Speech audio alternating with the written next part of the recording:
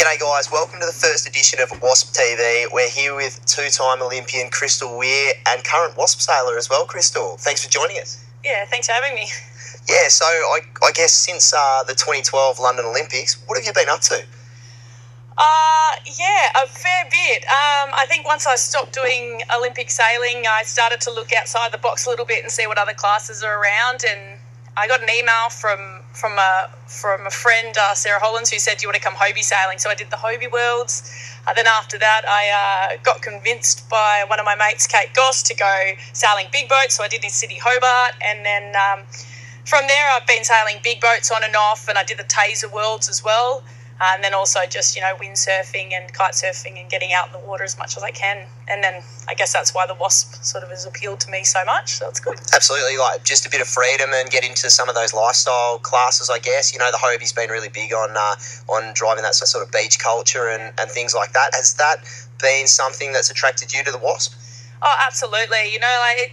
Olympic sailing can be really serious all the time, and it's really nice to go sailing and enjoy the time that's on the water, but then have some fun with your mates, and that's that's half of it anyway. So the WASZP, not only I'm on the foils and having a really good time, but also good people. Absolutely, and in terms of the transition into the WASZP, you've been out a few times on your new boat. How have you found it?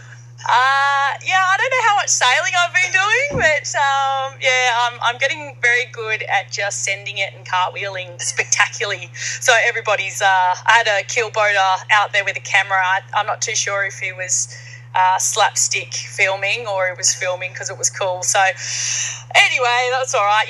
Learning curves are learning curves, and I'm enjoying the challenge, yeah, for sure. Yeah, absolutely, and obviously it's a little bit different to, conventional sailing, and probably just opens up a different skill set. Do you think? Yeah, well, for sure, it's so different.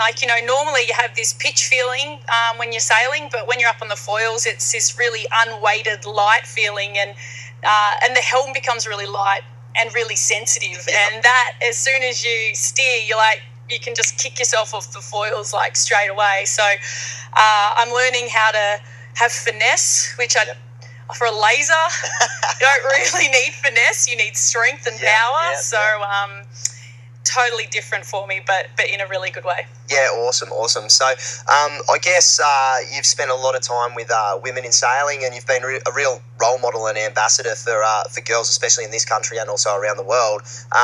In terms of the WASZP and its accessibility, and I guess as a cross trainer, even for those guys that are on the circuit at the moment, whether it's youth or going through to that senior stuff in the Olympics, do you see it as an accessible piece of kit? Yeah, absolutely. I guess my goal at the moment is I've been getting into big boat racing in a big way. Pardon the pun. Yep. My goal and dream eventually is to do the Volvo and maybe do some big double-handed stuff on foils. Yep. The Figaro's a really cool boat, and I'm doing the WASZP so that I can then take that knowledge into the big boat program and vice versa. So that's where cross training will come in, and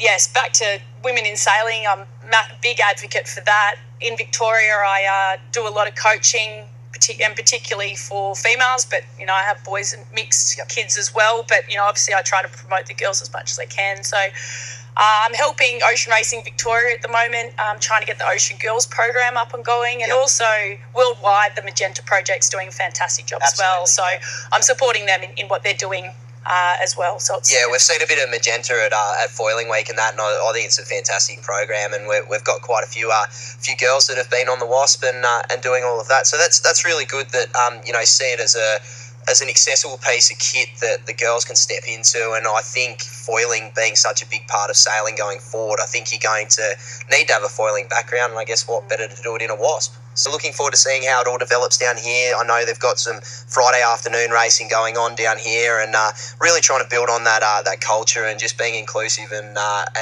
also having some pretty top level racing as well. So look forward to seeing you out there, Krystal. Yeah, looking forward to it. No worries. Thanks for joining us, and we'll catch you next time.